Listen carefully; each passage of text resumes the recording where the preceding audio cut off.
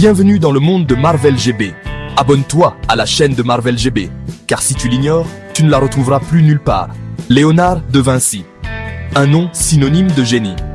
Il était un maître dans l'art du dessin, un sculpteur, un inventeur et un expert en architecture. Sa soif de connaissance ne connaissait aucune limite. De l'anatomie humaine au secret du vol, il cherchait à tout comprendre. Ses œuvres, comme la Mona Lisa, ont fasciné le monde entier. Il était une figure emblématique de la Renaissance, symbole de l'innovation et de la beauté. Mais le génie de Léonard ne se limitait pas à l'art. Il possédait une intelligence exceptionnelle en matière d'architecture et d'ingénierie. Ses carnets étaient remplis d'idées pour des avions, des machines de guerre et des constructions extraordinaires. L'un de ses projets, un pont pour l'Empire ottoman, a démontré son génie en ingénierie. En 1512, le sultan Bajazet II de l'Empire ottoman voulait un pont. Il voulait relier Constantinople, aujourd'hui Istanbul, à Galata, de l'autre côté de la Corne d'Or. Le sultan a lancé un concours, appelant les ingénieurs et les architectes à présenter leurs plans. Léonard de Vinci, toujours avide de nouvelles connaissances, a proposé une idée innovante et surprenante. Léonard avait en tête un pont extraordinaire. À cette époque, la plupart des ponts étaient construits avec de grandes planches ou de nombreux piliers.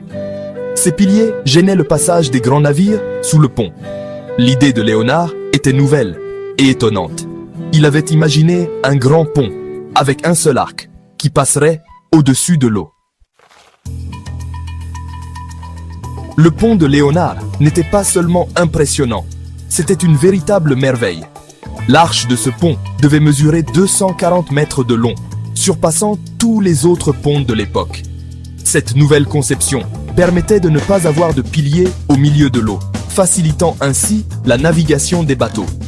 Pour rendre ce pont possible, Léonard a utilisé une technique spéciale pour construire une arche aplatie. Cette technique permettait de répartir le poids du pont de manière équilibrée.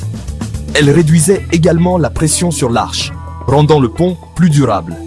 Léonard avait également prévu de placer des piliers solides aux extrémités de l'arche pour renforcer la structure. Ce pont, s'il avait été construit, aurait été une merveille architecturale, témoignant du génie de Léonard. Malheureusement, l'idée brillante de Leonardo pour un pont sur la Corne d'Or n'a jamais été réalisée de son vivant. Le sultan a finalement jugé que ce projet était irréalisable et trop coûteux. Le pont de Leonardo est resté un simple dessin, un témoignage de son esprit visionnaire. Cependant, l'ingéniosité de Leonardo a perduré à travers les âges.